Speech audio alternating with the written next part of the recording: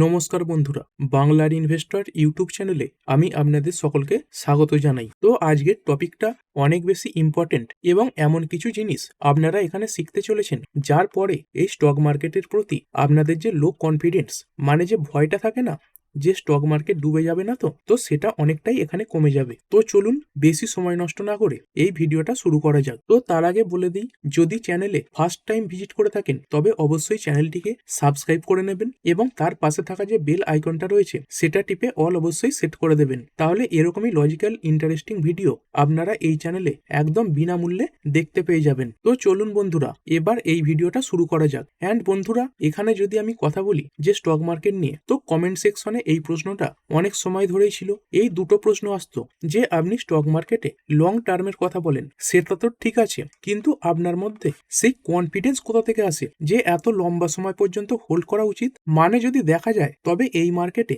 যে কোনো সময় যা খুশি হতে পারে, তো মার্কেট কি ডুবে যেতে পারে না? তো এই প্রশ্নটা বারবার আসতো। মানে দেখুন, আপনারা তো এই শেয়ারে টাকা লাগান, তো আপনারা তাড়াতাড়ি কেন তুলে নিতে চান? এই কারণেই তো তুলে নিতে চান যে আপনাদের মনে একটা ভয় থাকে যে আপনার টাকা হয়তো ডুবে যেতে পারে। তো বন্ধুরা, আপনারা এটা এই কারণেই ভাবেন কারণ এই মার্কেটে এমন একটা জিনিস রয়েছে যেটা আপনাদের জানা নেই। কিন্তু আমি আপনাদের বলতে চাইবো, যারা এটা ভাবেন না যে স্যার কি স্টক মার্কেট পুরোপুরি এখানে ডুবে যেতে পারে, তো আমি এখানে পুরো মার্কেটের কথা বলছি। এখানে আমি প্রপারলি এই মার্কেটের সঙ্গে যে রিলেটেড সবকিছু সেগুলোই আপনাদের বলবো। তো মার্কেট কি একেবারে ডুবে যাওয়ার কোনো সম্ভাবনা থাকে? তো বন্ধুরা, এই প্রশ্নের উত্তরে আমি বলবো একেবারেই না। এমনটা কিন্তু একেবারেই হতে পারে না। তো আমি আপনাদের গ্যারেন্টি দিয়ে এখানে বলতে চাই। আর এমন কেন, তো এত বেশি কনফিডেন্সের সঙ্গে কেন এটা বলতে পারছি, তো সেটাই এখন আমি আপনাদের কাছে লজিকের সঙ্গে প্রেজেন্ট করতে চলেছি। তো যখনই আপনারা এই লজিকটা জানতে পারবেন বন্ধুরা, তখন আপনারাও এখানে শক্তভাবে মার্কেটে নিজেদের যে পজিশনগুলো রয়েছে সেগুলোকে হোল্ড করে রাখতে পারবেন এবং অনেক ভালো রিটার্ন এখান থেকে কিন্তু কামাতে পারবেন। তো বেসিক্যালি প্রত্যেকেরই এই ভয়টা থাকে যে মার্কেট যেন পুরো ভেঙে না পড়ে, কখনো যেন ডুবে না যায়। তো দেখা গেছে মার্কেটে পতন তো হয়, মার্কেট এর আগেও পড়েছে, বড় বড় ক্র্যাশও হয়েছে, মার্কেটে এই লোয়ার সার্কিটও লেগে গেছে, কিন্তু মার্কেটের ডি এন্ড সেটা কিন্তু হয় না। আর এমন কেন হয় না জানেন? এর পেছনের লজিকটা কি বন্ধুরা?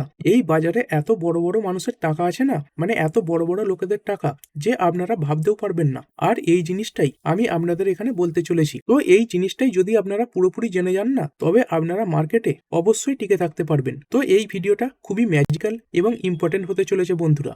তো সঙ্গে থাকুন এবং মনোযোগ দিয়ে শেষ পর্যন্ত দেখুন। তো বন্ধুরা, আপনারা জানেন এখানে এনার ইন্ট্রোডাকশনের কোনো প্রয়োজনই নেই। তো ইনি গৌতম আদানিজি। তো এই গৌতম আদানিজির নাম আগে কিন্তু টপ 20তেও ছিল না, এবং যদি আজকের কথা বলি, আজকেই আদানিজি ইন্ডিয়ার মধ্যে 2 নম্বরে পৌঁছেছেন। কিভাবে পৌঁছেছেন? এটা কিন্তু খুবই লজিক্যাল। তো তিনি এভাবে তো এই 2 নম্বরে পৌঁছননি যে তার স্যালারি বেড়ে গেছে। উনি তো বিজনেসম্যান, এবং এই বিজনেসম্যানেরা 1 নম্বর বা 2 নম্বর হন কিভাবে? অবভিয়াসলি তাদের কোম্পানি ভালো কাজ করবে, আর তাদের কি থাকে? তাদের কিন্তু শেয়ার থাকে, আর সেই শেয়ারগুলো কোথায় রয়েছে? এই স্টক মার্কেটে লিস্টেড রয়েছে। তো আপনারা এখানে দেখতে পাচ্ছেন আদানির যতগুলো কোম্পানি আপনারা দেখতে পেয়ে যান। তো যদি এখানে একটু উইকিপিডিয়াটা খুলে নিই, তো দেখতে পাচ্ছেন আপনারা জানেন এই আদানির কতগুলো শেয়ার রয়েছে। এইখানে দেখতে পাচ্ছেন আদানি এন্টারপ্রাইজেস, আদানি পোর্টস রয়েছে, আদানি গ্রিন পাওয়ার রয়েছে, এনার্জি, তারপরে টোটাল গ্যাস, এর সঙ্গে সঙ্গে অম্বুজা সিমেন্ট, এসিসি দেখতে পাই, এনডিটিভি, এইগুলো কিন্তু মার্কেটে দেখতে পাই। তো আরো কিছু ছোটখাটো কোম্পানি রয়েছে,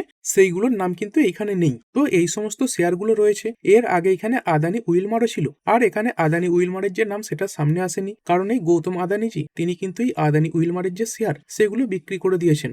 তো আপনারা দেখতে পাচ্ছেন এখানে ট্রান্সমিশন, পোর্ট, গ্রিন, গ্যাস, পাওয়ার, এন্টারপ্রাইজেস, এই ধরনের কোম্পানিগুলো কিন্তু রয়েছে। তো এই ধরনের যে কোম্পানিগুলো, এগুলো কিন্তু কয়েক গুণ বৃদ্ধি পেয়েছে, তো যেটা আমরা মার্কেটেও দেখতে পাই। তো এই কারণেই তিনি কিন্তু 2 নম্বরে হয়েছেন। তো আপনারা এখানে লজিকটা বুঝুন বন্ধুরা, যে এই আদানিজির টাকা সেটা কিন্তু মার্কেটেই রয়েছে, স্টক মার্কেটেই রয়েছে, এবং এই কারণেই বন্ধুরা এই যে স্টকের পারফরমেন্স সেগুলো আমরা ভালো দেখতে পাচ্ছি।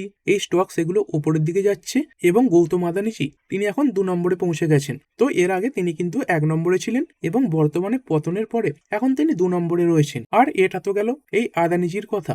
যদি আমরা এখানে কথা বলি বন্ধুরা এই মুকেশ আম্বানিজির, যিনি 1 নম্বরে রয়েছেন, তো এই মুকেশ আম্বানিজি কেন 1 নম্বরে রয়েছে বন্ধুরা? কারণ এই মুকেশ আম্বানিজির যে কোম্পানিটা মার্কেটে রয়েছে, রিলায়েন্স ইন্ডাস্ট্রিজ, সেটা কিন্তু আমাদের ইন্ডিয়া স্টক মার্কেটের 1 নম্বর কোম্পানি। তো এই কোম্পানির অনেক শেয়ার এই মুকেশ আম্বানিজির কাছে রয়েছে। তো যদি টোটাল শেয়ার হোল্ডিং এর কথা বলি, তো দেখতে পাচ্ছেন এই প্রমোটার এদের কাছে কত % শেয়ার শেয়ার রয়েছে? 50% শেয়ার রয়েছে। তো অর্ধেকের বেশি শেয়ার এই মুকেশ আম্বানিজির কাছেই রয়েছে। তো এইখানে আশা করছি আপনাদের যে লজিকটা সেটা ক্লিয়ার হয়ে গেল যে এইসব লোকেদের টাকা সেটা কিন্তু এই স্টক মার্কেটে রয়েছে এবং সেই কারণেই তারা এরকম টপে রয়েছেন এবং এরা বাজারে রয়েছে বলেই আমরা বলতে পারি বন্ধুরা যে ইনি 1 নম্বরে রয়েছেন, ইনি 2 নম্বর পজিশনে রয়েছেন। শুধুমাত্র কি এরা দুজনেই? এমনটা কিন্তু একেবারেই নয়। চলুন আমি আসতে চাইবো এরপরে তৃতীয় যে জনপ্রিয় ব্যক্তি রয়েছে সেই দিকে। তো প্রথমেই মুকেশ আম্বানিজি হয়ে গেল, তারপরে এই গৌতম আদানিজি, তারপরে কার নাম দেখতে পাচ্ছেন এই 3 নম্বরে এই সাবিত্রী জিন্দাল অ্যান্ড ফ্যামিলি। তো এইগুলো এক এক করে নামগুলো দেখে নিই, তারপরে এনাদের সম্বন্ধে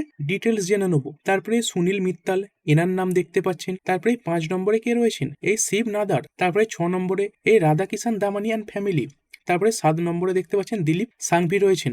8 নম্বরে কারা? এই বাজাজ ফ্যামিলি। 9 নম্বরে সাইরাস পুনাওয়ালা এবং 10 নম্বরে কে রয়েছেন? এই কুমার বিড়লা। তো এনাদের সম্বন্ধে একটু জেনে নেবো। তো এক এক করে পরপর জেনে নেবো যেভাবে এরকম পরপর রয়েছে। তো এই সাবিত্রী জিন্দাল অ্যান্ড ফ্যামিলি, তো দেখতে পাচ্ছেন ইনি সাবিত্রী জিন্দাল। তো ইনি কিন্তু এই যে জিন্দাল গ্রুপ এর চেয়ারম্যান। তো এই গ্রুপ কিসে কাজ করে থাকে? এই দেখতে পাচ্ছেন স্টিল রয়েছে, তারপরে পাওয়ার রয়েছে, তারপরে সিমেন্ট, ইনফ্রাস্ট্রাকচার। তো এই জেএসডব্লিউ গ্রুপ এর যে স্টিলের কোম্পানি, তারপরে জেএসডব্লিউ পাওয়ার রয়েছে, তারপরে সিমেন্ট রয়েছে, এগুলো তো আমরা মার্কেটে দেখতে পাই, তাই না? তারপরে যদি কথা বলি সুনীল মিত্তাল অ্যান্ড ফ্যামিলি, তো দেখতে পাচ্ছেন কি বলা হয়? Telecom tycoon. তো এনার কি রয়েছে? এই ভারতী এয়ারটেল রয়েছে। তো এই এয়ারটেলের শেয়ার, এটাও তো আমরা শেয়ার মার্কেটে দেখতে পেয়ে যাই। তারপরে যদি কথা বলি এই শিব নাদার, তো ইনি কে? আমাদের মার্কেটে যে একটা আইটি কোম্পানি রয়েছে এইচসিএল টেকনোলজি, এই শিব নাদারজি ইনি কিন্তু এই এইচসিএল টেকনোলজি এই কোম্পানিটার কো ফাউন্ডার। তো এই এইচসিএল টেক এটাও কিন্তু আমরা মার্কেটে দেখতে পাচ্ছি। তো এটা টেকনোলজি সেক্টরে কাজ করে থাকে। তারপরে এই রাধাকিষান দামানিয়ান ফ্যামিলি, তো এই রাধাকিষান দামানি ইনি একজন বড় ইনভেস্টর এবং এনাকে আমরা বিশেষ করে কিসের জন্য চিনি? এই অ্যাভিনিউ সুপারমার্টস। তো এই কোম্পানির তিনি প্রধান ব্যক্তি, তো যেটা ডিমান্ড নামে কিন্তু অনেকে চিনে থাকেন। তারপরে এই দিলীপ সাংভি, তো ইনি কোন কোম্পানির? দেখতে পাচ্ছেন তো এই সান ফার্মাসিউটিক্যালস এই কোম্পানির নামও আমরা মার্কেটে দেখতে পেয়ে যাই। তারপরে দেখতে পাচ্ছেন এই বাজাজ ফ্যামিলি এর নাম রয়েছে। তো বাজাজ গ্রুপের কত কোম্পানি তো রয়েছে। এই বাজাজের যেমন অটো রয়েছে, তার সঙ্গে সঙ্গে বাজাজ ফিনসার্ভ, বাজাজ ফাইন্যান্স, এগুলো আমরা দেখতে পেয়ে যাই। তারপরে সাইরাস পুনাওয়ালা, তো এনাকে ভ্যাকসিন কিং বলা হয়। তো এই পুনাওয়ালা গ্রুপের অনেক কোম্পানি আমরা মার্কেটে দেখতে পাই। তো দেখতে পাচ্ছেন ইনি হচ্ছেন ওয়ার্ল্ডস লার্জেস্ট ভ্যাকসিন মেকার। এবং তারপরে 10 নম্বর ব্যক্তি তো কুমার বিড়লা, তো এনাকেই কমোডিটিস কিং বলা হয়। তো এনার কি রয়েছে? এই বিড়লা গ্রুপের অনেক কোম্পানি রয়েছে। তো বিড়লা গ্রুপের কত কোম্পানি তো দেখতে পান। এবং এই সিমেন্টের মধ্যে আল্ট্রাটেক যে সিমেন্ট, সেটা কিন্তু এনার আন্ডারেই রয়েছে। তো বন্ধুরা দেখতে পাচ্ছেন এত বড় বড় গ্রুপ এইখানে রয়েছে। তো এই সমস্ত ব্যক্তিত্বগুলোকেও এখানে দেখতে পাওয়া যায়। আর আপনারা যে ভাবেন না যে স্টক মার্কেট ডুবে যাবে, বন্ধুরা এই মানুষগুলোর টাকাই কিন্তু মার্কেটে রয়েছে। তো আপনাদের কি মনে হয় এরা এই মার্কেটকে ডুবতে দেবেন? তো এই কথাটাই আপনাদের কনফিডেন্স দেবে যে বন্ধুরা আপনাদের এই যে মার্কেট সেটা কখনো জিরো হতে পারে না। তো এই জন্যই আমি আপনাদের বারবার বলি যে মার্কেট যত নিচেই নামুক না কেন, কারোরই কিন্তু এখান থেকে বেরোনো উচিত নয়। কারণ এই সমস্ত বড় বড় ব্যক্তিগুলোর যে টাকা সেইগুলো কিন্তু এই স্টক মার্কেটেই পড়ে রয়েছে। তো যদি এই মার্কেট জিরো হয়ে যায়, ঠিক আছে আপনার টাকা ডুববে, আমার টাকা ডুববে, কিন্তু এই মানুষগুলোর পুরোপুরি কিন্তু সর্বনাশ হয়ে যাবে এবং এদের যে কোম্পানিগুলো দেখতে পেলেন এগুলোও কিন্তু ডুবে যাবে বন্ধুরা। তো আপনাদের কি মনে হয় এই ব্যক্তিগুলো এই যে তাদের কোম্পানিগুলো এতদিন ধরে তৈরি করেছে, বড় করেছে, সেগুলোকে পুরোপুরি ডুবতে দেবে? পুরো স্টক মার্কেটের যদি আমি কথা বলি তবে এদের টাকাই কিন্তু সব থেকে বেশি রয়েছে। আর শুধু এই 10 নম্বর পর্যন্তই নয়, যদি আপনি আরো এগোতে থাকেন তো এই 11 নম্বরে কার নাম দেখতে পাচ্ছেন? হিন্দুজা ফ্যামিলি। তো এর মধ্যে কি কি কোম্পানি রয়েছে? অশোক লেল্যান্ড রয়েছে, তার সঙ্গে সঙ্গে ইন্ডাসইন্ড যে ব্যাংক সেটাও কিন্তু এই গ্রুপের কোম্পানি এবং আরো অনেক কোম্পানি রয়েছে। তারপরে 12ই দেখতে পাচ্ছেন লক্ষ্মী মিত্তাল, 13ই এই কুশল পাল সিং, তারপরে 14ই কে উদয় কোটাকজি, তো ইনি কোটাক ব্যাংকের। তারপরে 20তে দেখতে পাচ্ছেন জামশেদ গোদরেজ, স্মিতা গোদরেজ। তারপরে 22 এই আজিম প্রেমজি। তারপরে 23-এ দেখুন এই মুথুট ফ্যামিলি। তারপরে যে 29-এ দেখতে পাচ্ছেন বার্মান ফ্যামিলি। তো এনাদের সবারই স্টক কিন্তু এই মার্কেটেই লিস্টে রয়েছে। তো এদের টাকা যদি ব্যাংকে পড়ে থাকতো এরা কিন্তু এই রিচেস্ট লিস্টে আসতে পারতো না। এদের টাকা স্টক মার্কেটেই রয়েছে, সেই কারণের জন্য এরা কিন্তু টপে রয়েছে। তো অনেকেই বলতে থাকেন যে এই স্টক মার্কেট ডুবে যাবে, সেটা কিন্তু কখনোই হতে পারে না। এইসব লোকেদের যে টাকা রয়েছে বন্ধুরা, তারাই কিন্তু এই মার্কেটকে কোনো না কোনোভাবে বাঁচাবে, এটা কিন্তু আমি আপনাদের বলে রাখছি। আর এর আগেও আমি এই কথাটাই আপনাদের বলেছিলাম যে মার্কেট পড়তে পারে কিন্তু শেষ হতে পারে না। এই মার্কেট শেষ হয়ে যাওয়া মানে এই ইকোনমি সেটাই পুরোপুরিভাবে শেষ হয়ে যাওয়া, আর এরা সবাই শেষ হয়ে যাওয়া, আপনারা এমনটাও বলতে পারেন। তো এই কথাটা যদি আপনারা জানতে পারেন তবে কিন্তু আপনারা এই যে লং টার্ম হোল্ড করার কথা বলি সেখানে ভরসা করতে পারেন। কারণ ভালো কোম্পানিতে থাকলে কখনো মার্কেট কিন্তু শূন্য হবে না। তো আজ মার্কেট কত হাজারে রয়েছে দেখতে পাচ্ছেন, এই 26,000-এর কাছাকাছি রয়েছে। তো ধরে নিন আবার এই মার্কেট 26,000 থেকে কমে 20,000-এ চলে এলো, জাস্ট বলছি, যদি কমেও যায়, ধরুন 15,000-এ এলো, তো সেখান থেকে কিন্তু মার্কেট আবার বাড়তে বাড়তে 30,000-এ চলে যাবে। কেন? কারণ এই সমস্ত যে লোকেরা রয়েছে তাদের টাকা কিন্তু মার্কেটে রয়েছে বন্ধুরা। এরা এমন মানুষ যারা মার্কেটকে কখনো, আবার বলছি কখনো ডুবতে দেবে না। তো এই কনফিডেন্সটা যদি আপনার মধ্যে চলে আসে বন্ধুরা, তবে আপনি কি করতে পারবেন, আপনিও কিন্তু দীর্ঘ সময়ের জন্য হোল্ড করতে পারবেন। এবং এনাদেরও যে মার্কেটে পজিশন মাঝে মাঝে 1 নম্বরে হয়ে যায়, 2 নম্বরে হয়ে যায়, সেটা কিসের কারণে হয়? সেটা কিন্তু এই স্টক মার্কেটের কারণেই হয়। কারণ এদের কোম্পানি লিস্ট রয়েছে, তো কোনো গ্রুপের কোম্পানি যখন হঠাৎ বেশি বেড়ে যায় তখন কিন্তু তাদের এগিয়ে যায়। তো এই লজিকটা যদি আপনারা বুঝতে পারেন, তবে আপনারা মার্কেটে দীর্ঘ সময়ের জন্য হোল্ড করতে পারবেন। আর এই লজিকটা শুধুমাত্র কি ইন্ডিয়াতেই সীমাবদ্ধ?